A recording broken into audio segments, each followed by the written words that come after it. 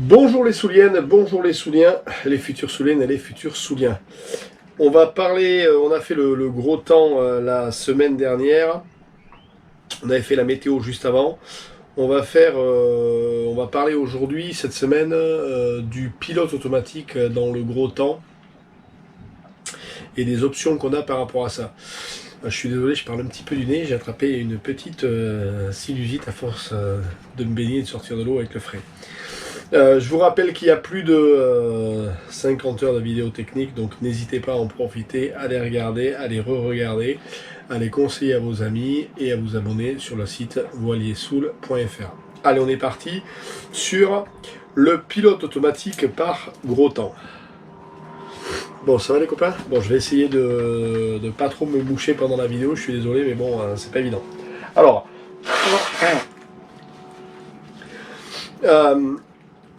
le gros temps, il est évident qu'on va parler là des cas où on est sur de la mise en fuite et comment on gère ça.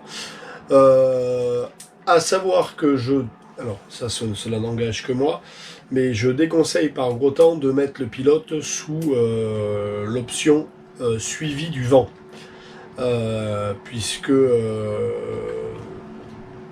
s'il y a une variation de vent dans la nuit ou des variations brusques avec des rafales et des choses comme ça, il va suivre ça et il va pas garder son angle à la vague. Et nous, ce qu'on veut garder, c'est l'angle à la vague. Donc l'une des priorités, je pense, c'est de garder un angle à la vague. C'est pas parce qu'on a mis le pilote qu'il faut se dire qu'on veille pas. Il faut absolument garder ce bateau dans le bon angle. Suite à ça, il y a un niveau au-delà duquel, moi le premier, on a tendance à enlever le pilote parce que ça devient très gros et prendre la barre alors qu'il tient encore. Alors, erreur ou pas, je ne sais pas dire. Ça, c'est dans le cas où, bien entendu, vous avez petit à petit réduit votre set de voile et vous avez pris la barre et bien vérifié que le bateau était pas mal équilibré. Et là, quand un bateau est bien équilibré, même dans de la vague formée sur l'arrière, en général, il arrive quand même à suivre correctement la vague. Moi, j'ai tendance à sortir le pilote parce que j'ai peur que sur un départ au surf, il me fasse ou un départ au loft ou une abattée. Donc ça n'engage que moi. J'avais remarqué, pour avoir eu, comme vous le savez, un bateau avec une quille longue, que les bateaux à quille longue sur le départ au surf ont moins tendance à changer leur cap. Ils sont sur la quille faisant un tel sillage qu'ils restent dessus. Et dans ces cas-là, le pilote tient relativement bien. Donc quand vous êtes sur des quillards, sur des départs au surf, je pense qu'il est, et que ça commence à être bien gros derrière, je pense qu'il est de bonne aloi de trouver le bon ratio. Est-ce que je le laisse, est-ce que je le laisse pas. Je vais pas parler en ce qui concerne les dériveurs parce que j'ai pas d'expérience là-dessus. Donc je sais qu'au départ au surf ils partent plus vite qu'un quillard puisqu'il n'y a pas de résistance dans l'eau. Mais après, est-ce que ils se comportent comme des savonnettes ou est-ce qu'ils arrivent à garder le cap? Ça, c'est un peu compliqué. Pour ce qui est des catamarans, pour avoir fait le test sur Moonwave, puisqu'on avait été pris dans du gros temps, on avait des creux de plus de 15 mètres là, au large des Philippines. C'était un bateau qui avait des centerboards, qui avait des dérives dans chaque flotteur qui étaient ajustables. Donc on avait mis de la dérive, ce qui nous permettait de garder le bateau sur un rail. Je ne sais pas ce qu'il en est, puisque j'ai fait du surf et j'ai rencontré du temps assez fort sur des catamarans, mais jamais au-delà de 4-5 mètres de houle, donc je peux pas vous dire. J'ai fait quelques fois des lagunes sur du 4 mètres de houle, ça tenait pas trop mal, mais ce qui se passe régulièrement, c'est que les quillons sont relativement courts et les safrans sont pas très longs sur l'arrière. Donc ils ont tendance, si les quillons partent dans une direction, les safrans derrière ont du mal à contrer. Il faut pas mal de jeux de barre. Donc je m'amuserai pas moi à faire ça trop sur un catamaran. mais bon, ce n'engage que moi. Donc ça, c'est la première chose. Après, comment ça se passe quand t'es crevé et que tu te dis, bon, maintenant, ça fait X temps que je barre, j'en peux plus, à un moment donné, je vais pas rester toute la nuit. Est-ce que je remets mon pilote ou est-ce que je remets pas mon pilote? Et ça, c'est une des grosses questions, parce qu'à un moment donné, on a tous à se reposer. Et ça nous est arrivé avec mon équipe, là, quand on descendait sur les Canaries. Pour ceux qui ont regardé la vidéo, on avait pris pas mal de gros temps. Et à 5h du matin, je barrais depuis 16h la veille. J'avais fait alternance avec Michael. Michael n'a pas pu barrer de nuit, donc j'avais fait toute la nuit à la barre. Et là, à 5h du matin, j'étais arrivé au point où j'avais plus de bras, je m'endormais sur place. Donc là, ce que j'ai fait moi, c'est que, je sais pas comment vous faites ça en solo, mais dans ce cas-là, j'avais mis un équipier à côté de la barre et j'avais mis un équipier à côté du pilote. Moi, j'étais couché, allongé à l'extérieur sur le cockpit. Et la consigne que je leur avais donnée, c'est donc j'avais réglé le bateau, on s'était mis sur un angle qui était à peu près pas trop mal. Et je leur ai dit, écoutez les gars, il faut absolument que je fasse une demi-heure de nappe. Donc ce qu'on fait, c'est qu'on va mettre le pilote, on va bien régler le bateau. Et si jamais vous voyez que ça part et que ça se met en travers à la vague, l'ordre il est simple, vous coupez le pilote et celui qui a la barre le ramène dans l'axe. Donc c'est comme ça qu'on avait fait. Ça permet aux skippers de se reposer et ça permet aussi aux deux qui sont de veille d'avoir une consigne qui est relativement claire et de les laisser sur le qui-vive. Et il s'est avéré, c'est pour ça que je dis que souvent on arrête le pilote alors qu'il tient, que le pilote a fait le boulot. Donc ce qui veut dire que j'aurais certainement pu le couper bien avant et dormir bien plus. C'est juste que psychologiquement, moi, j'avais l'impression à la barre de faire beaucoup de boulot, de ramener le bateau beaucoup dans l'axe, etc. Mais le pilote le faisait très très bien. Je l'avais mis donc en position, vous savez que vous avez 3 positions au niveau du pilote.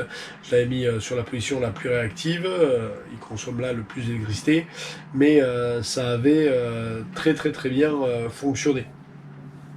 Donc encore une fois, ça se tente. Souvent, voilà, on a tendance à ne pas le laisser alors que il tient.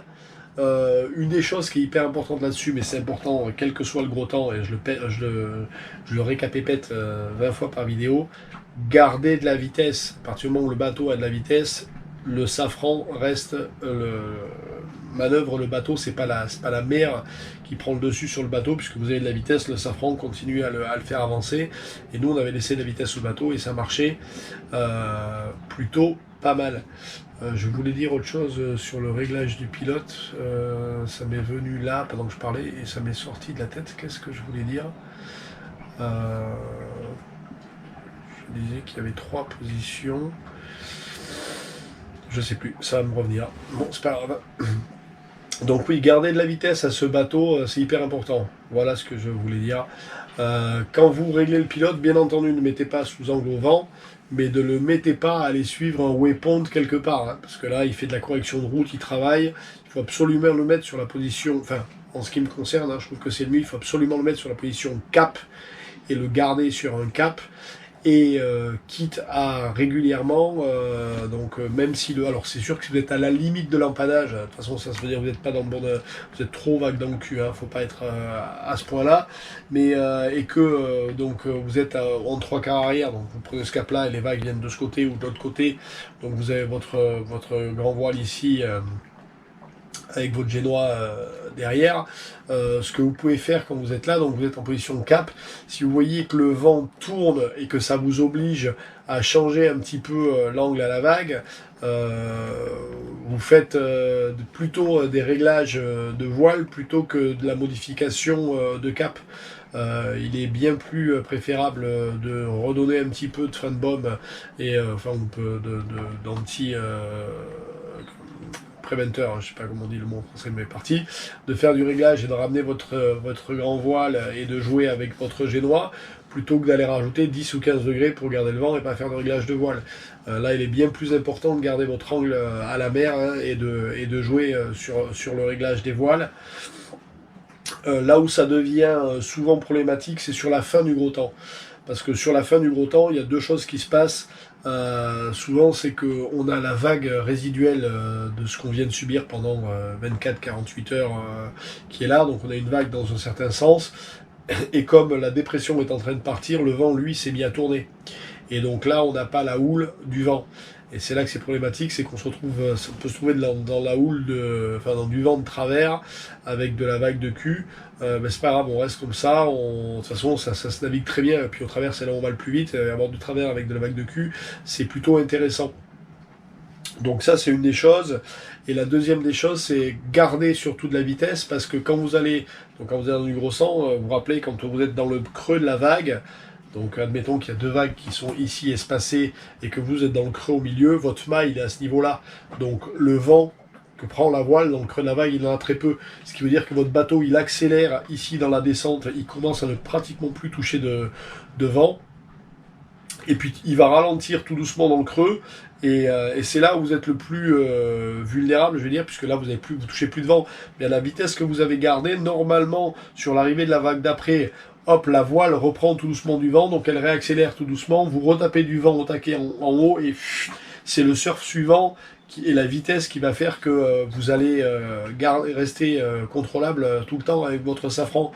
Donc c'est hyper important de garder de la vitesse, parce que si vous ne gardez pas de la vitesse, il va arriver un moment où votre safran il sert à rien. Donc le pilote il va pouvoir tourner, mais vous n'avez plus assez de vitesse. Si dans le creux vous êtes à 3 nœuds, vous êtes mal. Donc il faut absolument garder ce bateau avec de la vitesse. Et j'ai tendance à dire par expérience, mais bon, ça dépend des bateaux. Mais j'ai remarqué qu'un voilier qui est en dessous de 5.5, 5.6 dans les 40 pieds, là, 40-42 pieds, quand on est en fuite, c'est pas bon.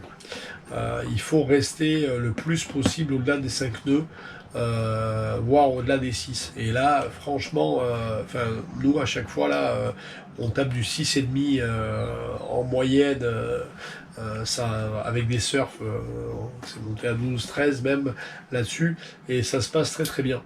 Donc voilà, le pilote et le gros temps, c'est vraiment les choses à se dire. Donc je fais un rappel bref. Pas d'angle au vent, pas de go to waypoint, mais un cap, et on gère une direction à la vague et non pas une direction au vent, hein. On se met dans le bon angle à la vague. N'hésitez pas à croire que ce pilote va tenir malgré les conditions, parce qu'il va tenir. Donc ça vous permet de récupérer. Et si vous devez récupérer et que vous n'avez pas de second barreur, nous ce qui s'était passé, c'est Mika barrait très bien, mais on était forcément, quand tu prends souvent du mauvais temps, nuit noire, aucun repère visuel, et au bout d'un moment, si tu navigues avec en regardant ton anémomètre, de nuit tu t'éclates les yeux, tu n'y arrives plus au bout d'un moment, donc il n'arrive pas à tenir la barre plus de 15 minutes. C'est l'expérience qui fait que dans la nuit noire, on barre au feeling, donc moi je barre au ressenti, j'ai pas besoin de regarder mon anémomètre. Je sais que le vent me vient à peu près de là, donc j'ai un senti sur le visage au niveau du vent, je sens les vagues comment elles arrivent et l'angle qu'elles ont, et ça, voilà, tu navigues avec ça, même dans la nuit noire. Tu arrives de temps en temps, tu jettes un coup d'œil, ou tu jettes un coup d'œil sur ton cap pour être sûr que tu es au bon endroit, et puis tu navigues avec ça. Pareil, je déconseille complètement d'avoir le nez sur son compas et de regarder son compas. Il faut le regarder l'horizon, et il faut essayer de vraiment d'être un feeling et de sentir son bateau. C'est comme ça que ça se passe le mieux. Donc voilà, et si vous avez donc besoin de dormir et que vous avez du monde à bord, mettez un gars à côté du pilote, un gars à côté de la barre, et puis la consigne est simple, s'il part de travers, je coupe le pilote et je le ramène dans l'axe. Voilà, j'espère que cette vidéo était un bon petit rappel. On va revenir sur la prochaine vidéo sur le choix des voiles, ce qui est bien d'avoir en famille quand on part faire un tour du monde sur un bateau. Quelle configuration de voile n'est pas la meilleure, mais bon, est une des plus simples à utiliser. Merci à vous, allez, à la prochaine, ciao ciao, je vais aller me moucher.